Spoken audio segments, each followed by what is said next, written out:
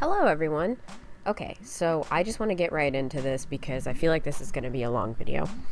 Okay, so this guy named John Walker, who I believe is a game journalist, which, what does that title even mean anymore? Yeah, if you look on Twitter, you'll see that they're kind of just a bunch of whiny people who don't seem to understand why people play video games.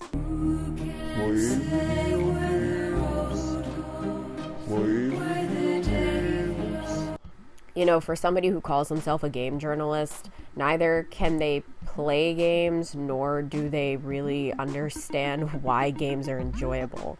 So I feel like I could be a better game journalist than this guy, but hey, that's just me. Anyway, so John Walker seems to be the kind of person who has block bots on Twitter, which is, I'm pretty sure, exactly what he's like. Alright, so he wrote this article called "Now UB's Open the Door. Can we have our skip boss fight button?" So basically the idea is boss fights are hard in games, so instead of playing them, we should have a button to be able to skip them. And I'm going to go through how stupid I think this idea is in just a minute here. I'm going to just go through some parts of this article and comment on them. Yeah, so this is just my analysis of what he's saying and why I think he's completely wrong with this idea.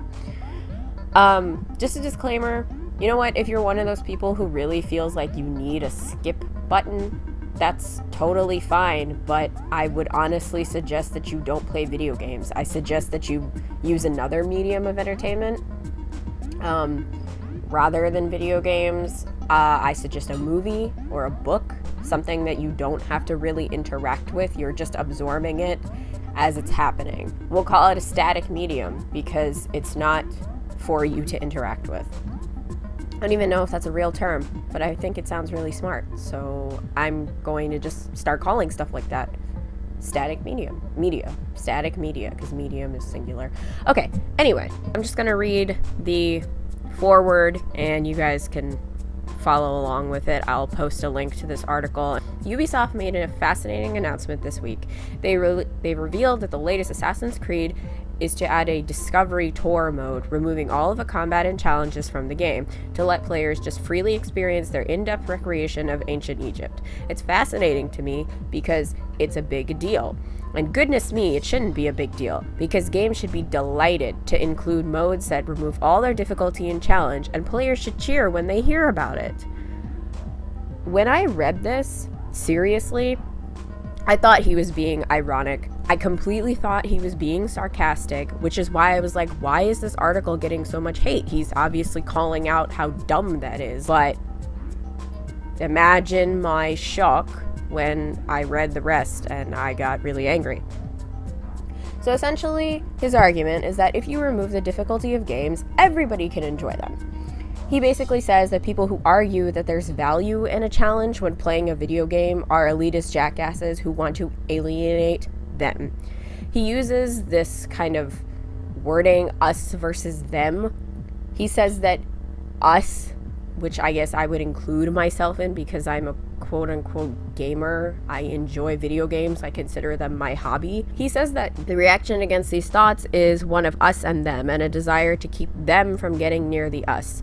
Them are all ordinary, inexpert, mediocre, or worst of all, new, while us are expert, experienced, hardcore, and elite. But let us reject that silliness immediately and embrace the idea that welcoming the outsider in is always how society broadens and blooms. Never mind that there are plenty of people already here who are looking for different and more varied experiences. He thinks that gamers have this split in their heads where they think people who are newer at things are just worse people. And I mean, by the definition of being new at something, you're probably less experienced. But I think that this delusional thing of gamers feeling like they're better as a person than newer people, I think is some crazy straw man he came up with just so that this article would work. Let me just take a sentence to completely discredit everything this guy says with this one incriminating tweet. How dare you? So he goes on to say, there was a golden age of gaming when all games were cripplingly hard and came with cheat codes, god mods, and all sorts of ways to subvert and play differently. Hey, you idiot. Did you ever think that stuff like that exists because, I don't know, players like variety? You even say that yourself. Never mind that there are plenty of people already here who are looking for different and more varied experiences. Has it ever occurred to you that maybe players like to be able to interact and immerse themselves and be a part of this world? That's the whole point of video games.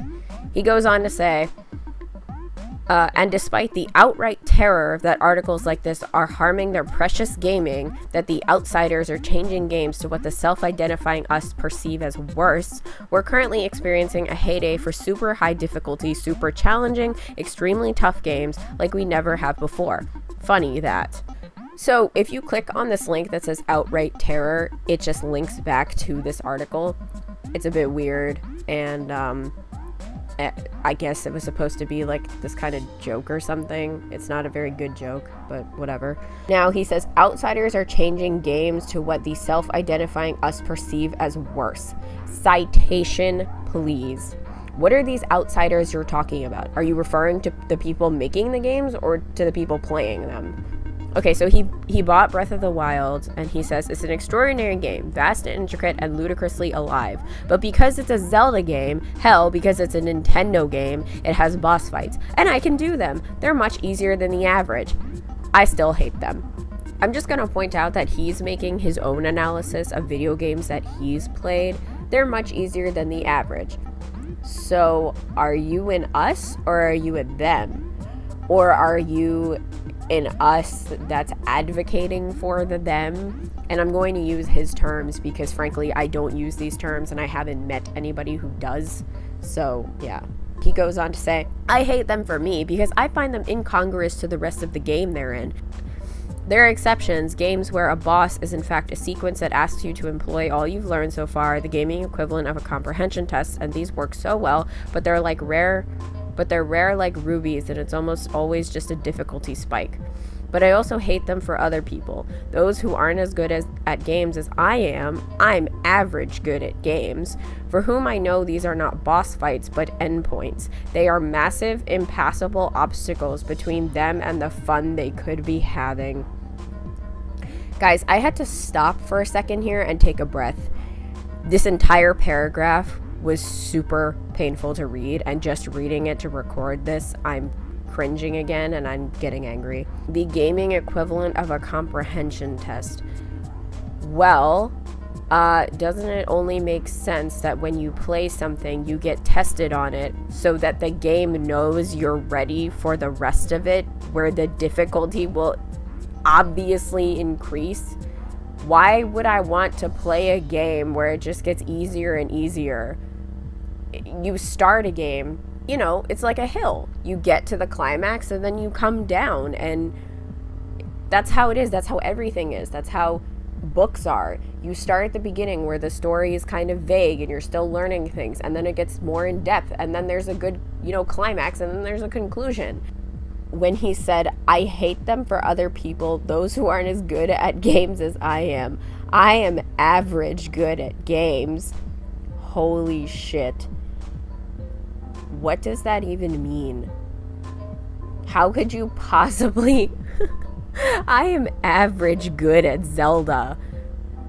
Dude, it's Zelda. You either get through the game or you don't. Okay. So I had to stop after this paragraph for 2 days before continuing this script because all of this shit was just going through my mind and I wanted nothing but cursing in my script, and I was like, you know what? I need a break, which is probably why this took so long. Anyway. He goes on to say that, okay, if there was a button for you to skip a boss fight, you have the option of either pressing it or not pressing it. To me, if you want to create entire games that have skip buttons, you probably shouldn't be playing games that have bosses. To me, this is like saying, I like gangster movies, but I'd like them more if there was no swearing. You're taking the basic essence out of many games. Play games like Fallout where, yeah, I guess you could run around doing fetch quests, but even they have some level of challenging combat. You know what, actually, let's go through the games you can play in this way, without boss fights. Assassin's Creed, Fallout, Bioshock, Mass Effect, Portal, The Sims, Animal Crossing, Ace Attorney, Danganronpa, Ghost Trick, Hearthstone, The Witness, Civ. There are thousands of games designed to not have boss fights. Why should we change games that are meant to be challenging and meant to have large enemy combatants into something without them? There are already games that people can play without having to face bosses. If that's so, and people buy those games for that reason, and they're already an established demographic, why on earth would they want to play a game they had no intention to play in the first place? Games like Assassin's Creed and Fallout are based on combat. You take the combat out, and it objectively becomes a different game entirely. This guy even gives an example. Dark Souls wouldn't be a bloody genre if people didn't love a boss fight. But while it falls just short of selling 7 billion copies, it's inarguable that there are people who do not enjoy boss fights. And when your game is made of boss fights tied together with a string, then yes, it's plainly idiotic for a hater to buy it. Thank you! He then says, you could just not push the skip button. What? You just said that a game like Dark Souls is just boss fights tied together with a string. So you want to skip the boss fights to enjoy the string? How about don't play games with heavy combat if you don't like it? Because just as this idiot said, there's only string to enjoy without it. So then there's this whole part about how if you press the button, you get to see the reward for fighting the boss without actually fighting the boss. And how us would be upset because of this fucking straw man he built about how experienced gamers think they're more deserving of content than the casual, or them. So let's tear this apart right now.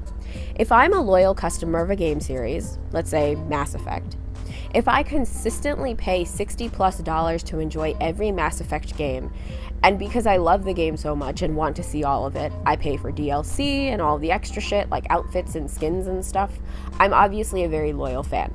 I enjoy the difficulty, the complexity of the story, and that I can personally relate to Shepard's struggles. I spent the time searching every area for upgrades, enjoying every bit of the story. Why should someone who clearly doesn't have as much interest as me be shown the exact same content? It's not about keeping the casuals out. It's about how I think my love and loyalty to BioWare should be appreciated. I spent my hard-earned money to play the shit out of these games. They became a part of my life. Why on earth should someone who doesn't have that appreciation get the same amount of reward if they can't even appreciate it? In addition to that, why does this jackass think that all gamers are the same? I've never played Diablo. I can't appreciate it like others can. I've never had the urge to play it. Why the fuck should Blizzard target someone like me who can't appreciate the game or the story just so I feel included in a game I'm not interested in? I mean, I'm still a gamer though, so am I us or them? This whole thing is why Patreon exclusives exist. It's not about separating people. It's about rewarding people who truly enjoy your content enough to pay extra for it. How is that us and them? Just read this paragraph and try not to get irritated. I don't fucking care if someone else plays Mass Effect or not. In fact, I try not to even compare my experience to others because it was so personal for me. Like, show me these people you're talking about. You're generalizing such a large group. And to me, it's like, let me put it in a different way. So you like a band. You buy all their merch, you buy all their albums, you love them, you're one of their biggest fans. You pay an extra $100 at one of their concerts to get a backstage pass. But after the show, they just decide that anybody, no matter who you are, can get to meet them, backstage pass or not. To me, that'd be really shitty, because it's like, why on earth, when I paid this much money for more content, should everybody be allowed to see this? To me, it's not about feelings or whatever. It's about money. It's the fact that you're a loyal customer and that you should get what you paid for. Also, it's way more expensive, this idea of the skip button. Like, developers would have to take the time just to put that in their games. That's just way more time and money for games that we already wait so long for. I swear to God, this guy he knows absolutely nothing about game development. He knows nothing about money. He knows nothing about how it feels to be a loyal customer to something. So then he goes on to say, but I might press the button. His whole argument is based upon wanting to challenge yourself is selfish. He thinks that not having a skip button is literally ruining the experience of the game after the challenge. What? Here's what I don't get. Why play a game if you don't want a challenge? Every single game presents a challenge. Literally every single one. Where does the amount of challenge even stop? Should I have a button to just get the golden statue in Animal Crossing because I don't feel like going through the trouble of making my town better? Should I hit a button in Hearthstone so I automatically win? Where do we go from it being a game to being a movie or a book where you have no challenge? You're just supposed to sit there and take it in. There's nothing wrong with that, but it's not a game. So like I was saying, literally everything has a challenge. Because remember, he did say in the beginning, Ubisoft has created a game where it removes all of the challenge and all of the combat from the game. When you say challenge, that means literally everything. So then it's not a game anymore. So here are my final thoughts. To me, this guy is a condescending prick. As if people who enjoy challenges are all elitist assholes who revel in the fact that they're good at games. What are you, 10? Oh, I'm better at Call of Duty than you. Who even has time for that? Who the hell cares if I'm good at playing Mass Effect? To me, it doesn't matter what kind of experience somebody else has had, because like I said, it was such a personal experience for me that I want to just keep enjoying it for myself. Why should I care if there are people out there who are better or worse than I am? We're not comparing games. We're just enjoying this medium together, but having different experiences. There's nothing wrong with that. Honestly, this guy just makes me think of social justice. There are a proportion of handicapped people. Those fucking non-handicapped people, they're evil. They think they're better than people with wheelchairs. What? To me, this is the exact parallel of this argument. You know, you're punishing people who just enjoy something a little bit more than other people. And you're condemning them for that. For maybe wanting to have a more personal, better experience than somebody who won't appreciate it as much. I don't see how there's anything wrong with that. I don't know what people he's referring to with this us versus them.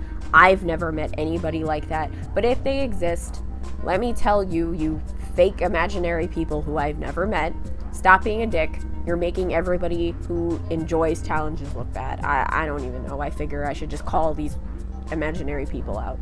So John keeps going on about how boss battles are incongruous to the game. Well, guess what? I play games to live other lives and escape my reality to go into another one. How could anything possibly be considered realistic without a challenge?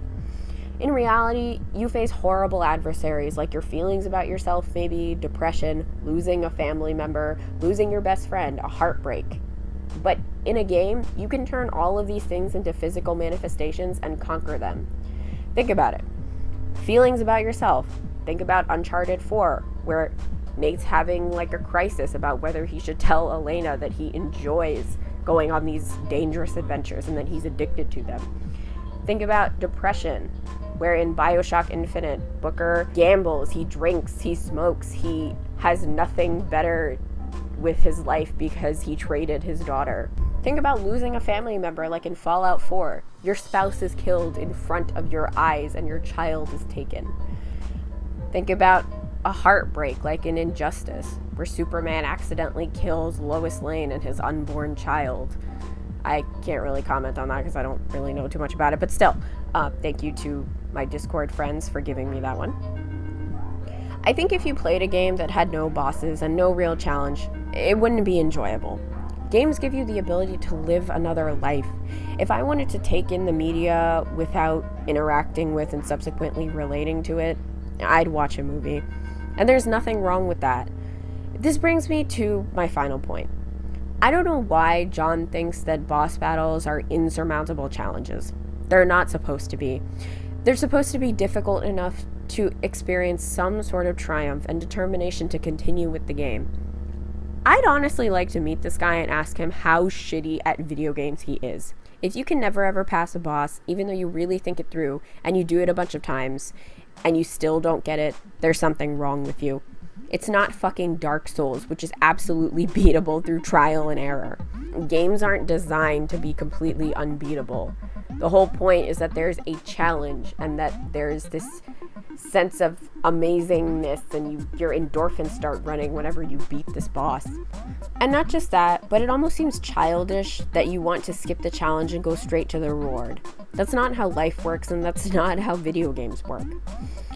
And this guy is not giving enough credit to these people who he claims aren't as good at video games as him. Those people should try it and then revel in the fact that they're better than John Walker at video games. Alright, well, thank you so much for watching. Let me know what you think and what your thoughts are. Alright, it's over. Bye.